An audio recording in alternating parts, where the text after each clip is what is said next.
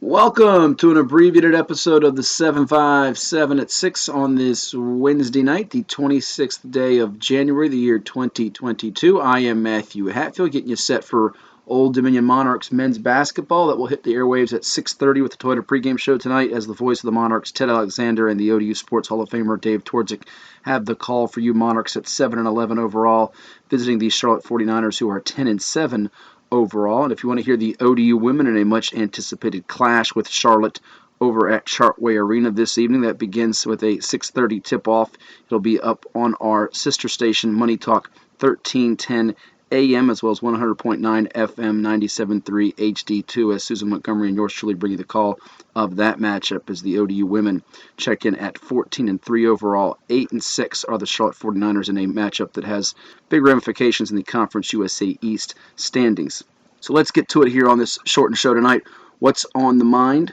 Well, a lot of things. Basketball in particular, NBA, college hoops. I'm going to start with the NBA, which is not the typical thing for us here, although we'll do it tonight. A couple of games that caught my eye on Tuesday night. First and foremost, what in the world is going on with the Washington Wizards? I mean, wasn't this a team that, memory serves me right, they began the season 7-3. It was their best start since 2014-15. They were looking like maybe a surprise story NBA playoff team. And we spoke with Bob Dandridge, former NBA champ with the Washington Bullets, on last Tuesday's 757 at 6, talking about his inaugural Bob Dandridge MLK Holiday Classic. If you missed that, it's up on our podcast page on ESPNRadio941.com. And we joked, 50-year anniversary when he won a championship with Oscar and Kareem and the Bucks. Maybe come 2028, the Wizards will get it done. And he said, Matt, not so sure about that. They've been struggling here lately. And Wes Unseld Jr., the new coach, he's obviously very close to the Unseld family. We lost Wes here about last year or two. And man, oh man, they can't blame it on Scott Brooks what happened on Tuesday night. I mean, how in the world do you blow these are pros now. This isn't college or high school kids. How do you blow a 30-point lead at the break in an NBA game? And this is against a Clippers team that does not have Paul George or Kawhi Leonard.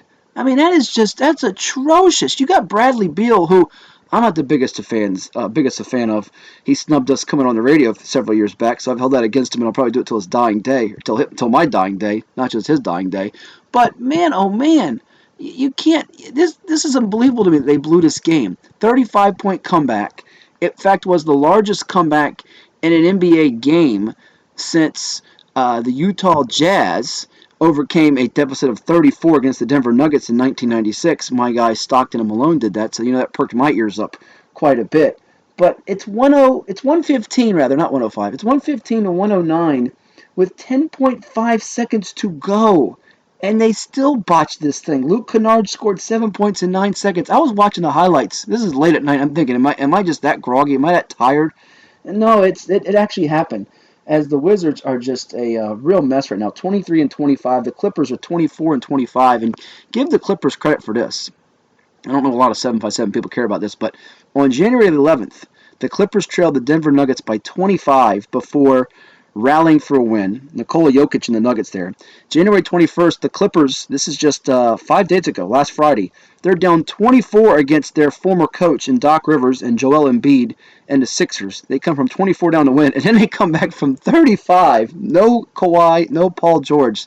That is a heck of a job, and just a disgraceful, yucky job by the Wiz kids. And it's time to part ways with Bradley Beal. It really is. Second thing that caught my eye in the NBA before I get to the college front. The Lakers get Anthony Davis back, and he makes a big difference. Maybe not so much in the scoring column. They got LeBron to do that. They got Malik Monk. They got Russell Westbrook.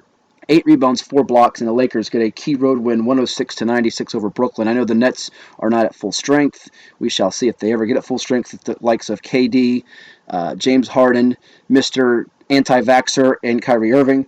They do have a 757 guy who had a rough night in Cam Thomas. He had a Chesapeake, played at Oscar Smith High as a freshman with the Tigers. 0 for 5 from the field for Cam, who's had some better moments as a rook there in Brooklyn for Steve Nash's Nets. But the Lakers getting the job done on the road, 106-96. And I would not write them off in the West completely, folks. I know Phoenix is better. I know Golden State is better. LA's a little on the old side, long in the tooth. Look, though, the East is probably a tougher bracket to navigate if you really look at it, with Milwaukee with Giannis, with Philly with Embiid, with Miami who's clicking right now, the young up-and-coming Bulls. Can't forget about Brooklyn. So LeBron and company could still win a series or two in the West in the playoffs.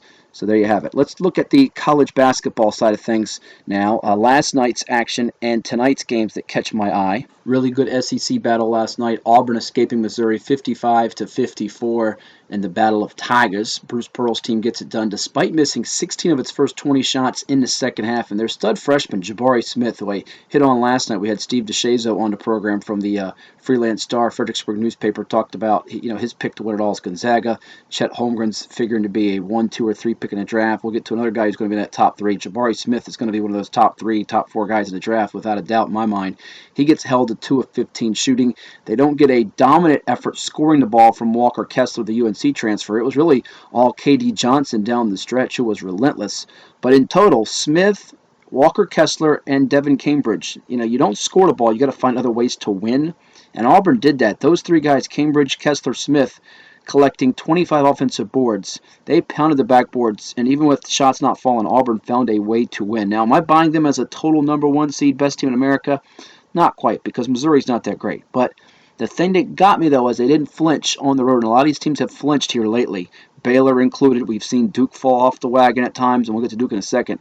That one caught my eye, and I was very impressed with how they got that job done on the road against an underwhelming team in Missouri, but still, it's a conference road game. You take those this time of year in college basketball. Game that I stayed up and watched late with Dave Pash and Bill Walton on the call was Arizona-UCLA, 2 Pac-12 top 10 ranked teams in the nation going at it, and UCLA getting it done 75-59. And Arizona made a little mini push here, but UCLA, to me, I think they're the real deal. I really do. You got Jules Bernard, you got Johnny Juzang. Some thought he should have come out as a pro last year. I think Mick Cronin's team is going to be right there Final Four time again, and we might get a rematch in the tournament with them and Gonzaga, which could be special if it ever comes close to duplicating what we saw last year in the Final Four round of the NCAA basketball tournament. So keep an eye on that. I think Arizona's still legit. That's not a loss that I would get too discouraged about if I'm them. A loss you have to be discouraged about in the ACC last night, Syracuse and Pitt. Syracuse continues to tumble to the orange. Jim Boeheim's crew cannot get out of its own way. They fall to the Panthers 64-53, and that now is the 6th time that Syracuse has lost a game where they've led by 8 or more points. They get outscored 40-25 in the second half. They shoot 6 of 31 from the three-point line. They blew an 8-point lead against Wake, 10-point leads against Georgetown and Florida State, in addition to Pitt. Up 17 against Colgate, didn't close the door, and up 18 on Miami and didn't close the door. You got to be very nervous if you're a Syracuse fan. They got beat pretty handily the other day by Duke on the road, and they got Wake Forest coming into their place on Saturday, and Wake Forest has been a neat story in the ACC. I'll get to them in just a moment. But also of note there, Duke holding on to beat Clemson at home 71-69. Not the most spectacular of efforts from the Blue Devils. Paulo Banchero saved the day for them. He's going to be one of those lottery picks. 19 points, 7 rebounds, 4 assists. I mean, a game that was closer than it should have been. I'm not convinced Duke belongs on the 1 or 2 line. I think they're probably the best in the ACC. I'm just not convinced. Now, their schedule is such the rest of the way where they should be able to take care of business in the ACC. Okay, we know they still have 2 meetings with Carolina, and that rivalry game, you throw records out the windows, anything goes. UNC's a lot better at home than on the road. But, man, oh man, Duke, they should be a little crisper than this here in Coach K's final year. And how about the foul shooting? Clemson goes 0 for 1 at the line the whole game. The whole game. Whistles were in Duke's favor from start to finish there. No shock in Cameron. The whistles going the way of the Duke Blue Devils. As for tonight's action, you got 6 top 25 games on the docket. Florida at Tennessee, the Gators with the Virginia Beach native and Elijah Kennedy, true freshman for Mike White's team. They're just 12-7 on the year. A little more playing time than we thought, perhaps, for the Green Run High alum, but Florida badly in need of a win at Tennessee. Rick Barnes' Vols 13-5 on a campaign, favored by 9.5. I think Florida might be able to cover it, but I don't trust them to win this game. Number 17 Providence 16-2 on the year at number 21 Xavier. Musketeers 14-4 and favored by 8 at home. We had on Providence assistant basketball coach Ivan Thomas on Friday's show here on the 7-5, 7-6. We might play that back here in a couple of days or the next week or so. Surprised, though, that Xavier's favored by 8 at home. I think Providence could flirt with the outright upset here on the road. Nate Watson, the Portsmouth native, 14.1 points per game. He's been a factor for them. I think Xavier's pretty good, but they're not, to me, more than 8 points better at Providence. We shall see. Iowa State's 14-5 at Oklahoma State, 10-8. Take the Pokes at home. I know they're not going to be tournament bound for the NCAA, but nonetheless, we'll take them at home. Number 22, Marquette, 14-6 on the year at 12-6 Seton Hall. Seton Hall's going backwards. Shaka Smart's team is getting better. Take Marquette there. VCU at Davidson, 11-6 for the Rams, 16-2 for the Wildcats of Davidson. Sorry, Mike Rhodes, you're my pal, but I'm going to lean with Davidson, who's favored by 3.5 here at home. I'm sure the ODU fans are delighted to hear me go against the Rams in this spot. Number 19, LSU at home tonight, 15-4 against Texas A&M, who's 15-4 as well. Henry Coleman is balling out for A&M. He out of Richmond, played at Trinity Episcopal. LSU favored by 10. I don't think they cover. I think they win, though, as much as I'm not a fan of Will Wade and the Tigers' group this year. A&M will play them hard. I'm not sure they get the win on the road. So there's the top 25 action. A quick scan of the ACC for tonight, 14-5 Miami at 10-9 Virginia Tech. Hokies surprisingly favored by 5.5. The wise guys in the desert may know something about this one, but I'm going to go with Miami on the road until Virginia Tech can prove me otherwise, that they are consistent against some of the better teams in the conference. Boston College 8-10 at UNC, 13-6. Heels are much better at home. They'll cover 13.5 with ease. Florida State 13-5 at Georgia Tech, 8-10. If this was last year's Georgia Tech, you take the Yellow Jackets, but FSU should roll. Only favored by 5.5. It should be larger. And NC State 10-10 behind Darion Sebron of Lake Taylor High fame at Notre Dame, who's 12-6. I like the Irish, favored by 5.5. They're 8-0 this year when hitting 10 or more threes. I think they get 10 or more threes in this ballgame. Before we bid farewell on this Wednesday night, let's give a little love to the high schoolers, some high school basketball action as things are starting to get back hot and heavy, if you will, before the playoff run in February. And we'll also tell you some dates that have been released by the Virginia High School League for the state tournament coming up. Light night here on this Wednesday with Bruton at Poquoson, Jamestown at Lafayette, Tab at New Kent and the Bay Rivers, while Kecoughtan takes on Bethel in a much-anticipated clash over in the PD, the Peninsula District. And let's give some sound to a game last night over in Chesapeake, Southeastern District action as the Indian River Braves played host to the Nansemond River Warriors. Indian River prevailing by a count of 74-62 as the Warriors dropped to 5-5 on the year. Braves up their mark to 10-3, and we caught up with the first-year head coach at Indian River, that is Justin Brandt. Let's hear what he told us after the win on ESPN Radio 94.1. All right, I'm here with Indian River head basketball coach Justin Brandt. His Braves defeat the Nansemond River Warriors by a count of 74-62 to move to a 10-3 overall. Coach, the first 4 or 5 minutes, it was sluggish basketball. Neither team could score, but third quarter it was kind of a back-and-forth seesaw affair. They were hitting big shots, you answered with big shots, and in the fourth quarter you guys exploded there. Yeah, it's just one of those things right now where everybody's coming off of these breaks. We got COVID, we've got, the snow breaks and things of that nature. So both teams, they're going to struggle right now to hit shots coming out of things like that. But, hats off to Nansemond River. They played really well. They played really hard. Yeah, hit their first 6 shots of the third quarter. For you in your first year here at the helm at Indian River, you come over from Princess Anne where you were an assistant coach. What's been kind of your motto or just even the thing you're trying to build this program? What are you trying to instill in them? Yeah, so last year I was at Queens University of Charlotte with Bart Lundy. And the biggest thing that we want to do is win. And with that win, we want to get 1% better every single day. So every single possession, every drill that we do in the classroom, in the weight room, we're trying to get 1% better every single day. When there's a 50-50 ball, we're trying to be the team that wins it. So, that's pretty much our motto, win every single possession and get 1% better every single day. I think the two headliners for you in this 10-3 start have been C.J. Madison, a guard who had 18 points, 6 assists, 5 rebounds, 3 steals, and I hit 5 3-pointers, and then Zion Lloyd inside, 13 points, 9 rebounds. I've watched him on the football field, and he's just a dazzling athlete who's got freakish abilities, it seems like. No, for sure, and C.J.'s our bus driver, the guy that leads the team. He's the first person to talk in huddles. He's the first person to get everybody on the court doing what they're supposed to do.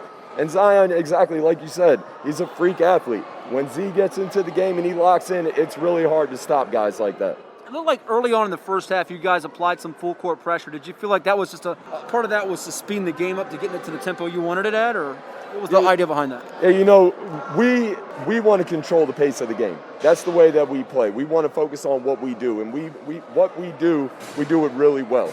And this team is growing.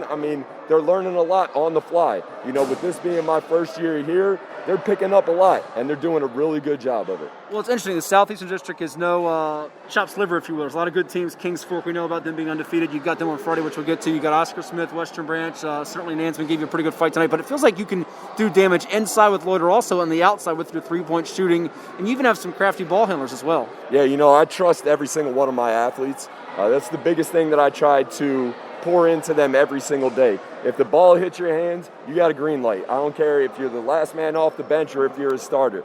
And I just try to teach them to make the best decisions possible. So I have faith in every single one of our men. He probably doesn't show up in the stat sheet a lot. Number 22 for you. Is that Devion Bennett, I think it is? Yeah, De'Avion Bennett. Okay. Yeah, we call him DB. De'Avion's just a great ball player. A lot of people write him off because he's a little bit smaller. But the kid is crazy intelligent, and he's unselfish. I mean, he's a baller. Yeah, he seemed like he kind of gave you that change of pace in the third into the fourth quarter, just his distributing, getting guys, finding them open when he dribbled and penetrated, basically. For sure. I mean, you can't find anything wrong with DB's game. He's just a smart kid, and he's, really intelligent, and he really is unselfish. I mean, I got nothing but love for DB. Lastly, you got to be, I guess, pretty pleased to be 10-3 on the campaign, given all the issues we've had with COVID and snow, and you got a tough one coming up with Kings Fork on Friday. What are you looking for your squad out of that matchup, knowing that they've been the number one ranked team in the area all year, kind of got the Bulls on their back, and it's probably a great measuring stick game for your guys as you get closer and closer to playoff time? No, for sure. And, Coach Height does a great job over there. He's got some great athletes. But, the way that I look at it and the way that I, approach everything is that our guys are tough. They're tough dudes, and the toughest dudes usually win. I think it's going to be a great battle on Friday. I think our guys are going to be ready to lock in on, when we come in tomorrow. Every single game, after every single game, we're 0-0. And that's the way that our team looks at everything. So I'm really proud of them. I know as soon as we get out of here tonight at midnight, 0-0. Midnight's pretty late now. No, at midnight, that's when our rule kicks in. I got you. At midnight, you're not allowed to celebrate a victory anymore. It's on to the next one. Understood. Well, the place that Alonzo Mourning once dazzled at Indian River High School in Chesapeake, Justin Brandt has the Braves playing pretty well, 10-3. Thank you so much. Congrats on the win. Thank you very much. I appreciate you guys. So there you heard it. That was the first-year head basketball coach of the Indian River Braves, Justin Brandt, his team winning it by a count of 74-62 over Nansemond River High on Tuesday night in Chesapeake. It is the 7-5-7 at 6 here on ESPN Radio 94.1. Some more high school hoops notes, if you will. We should tell you some scheduling updates, rather, for the playoffs coming up. Yeah, the playoffs, it'll be here before you know it. February the 18th is the beginning of regional play. That's going to be literally 3 weeks from this Friday. Region action will begin across the state. We've got teams all across Hampton Roads in Class 6, Class 5, Class 4, Class 3, even a couple in Class 2, Class 1, the smaller schools. As for the state playoffs, the quarterfinals are slated to take place on March the 4th and 5th. It'll be at higher seeds as far as the Region A takes on Region B, Region C takes on Region D. They have a bracket up there on the VHSL website, vhsl.org. The state semis will follow that March the 7th through March the 8th. And then you have the state championship games, which are going to return to VCU in Richmond. They haven't been there since really 2 years ago, and there was just two championship games that got in 2 years ago. The Class 2 boys and the Class 2 girls games got in. Remember, they did the co-champions 2 Marches ago because of COVID. Last year it was at the high school gymnasiums during the shortened high school campaign for the state finals. So it's looking like this. Thursday, March the 10th, Class 4 girls, Class 4 boys. It'll begin at 12:30 with the girls, 2:30 with the boys. Maybe we see a Kings Fork, you never know, on the boys' side of things, possibly a Hampton girls. Then they have the second session. It's $10 each for each session. 6 o'clock and 8 o'clock Thursday, March the 10th are Class 3 girls at 6, Class 3 boys at 8 o'clock. Friday, March the 11th, again, double sessions in the morning, if you will, or early midday. Class 6 girls at 12:30 p.m., Class 6 boys at 2:30 p.m. Then they have the break with Class 5 girls, Class 5 boys. We'll see if Princess Anne girls can get back there. They've had a run of dominance here lately. The Class 5 girls final is slated for March the 11th at 6 p.m. at VCU. 8 o'clock p.m. the boys Class 5 championship. Dare we see the Maury Commodores, who are undefeated right now, out of Norfolk Brandon Plummer's crew? We shall see. And then they conclude things with the state championship games. Saturday, March the 12th, Class 2 girls at 11 a.m., Class 2 boys at 1 p.m., and your Class 1 girls matchup. And the final session is at 4:30 p.m. with the Class 1 boys at 6:30 p.m. Saturday, March the 12th at Virginia Commonwealth University in the city of Richmond. Well, that's going to do it for this abbreviated edition of the 757 at 6 on this Wednesday night. We'll be back with a full episode of the program on Thursday. Coming up next, though, it's Old Dominion Monarchs men's basketball, as ODU at 7-11 overall looks to snap that 3-game losing skid at the Charlotte 49ers, who check in at 10-7 overall. Charlotte favored by 3 in this matchup. The voice of the Monarchs, Ted Alexander, and the ODU Sports Hall of Famer and NBA champion Dave Twardzik have the call for you right here with the Toyota pregame show coming up on your home home for sports, whether it's college basketball, college football, the NFL, Major League Baseball, the NBA. We have it all for you. If you want it, you name it, we got it right here. It's ESPN Radio 94.1.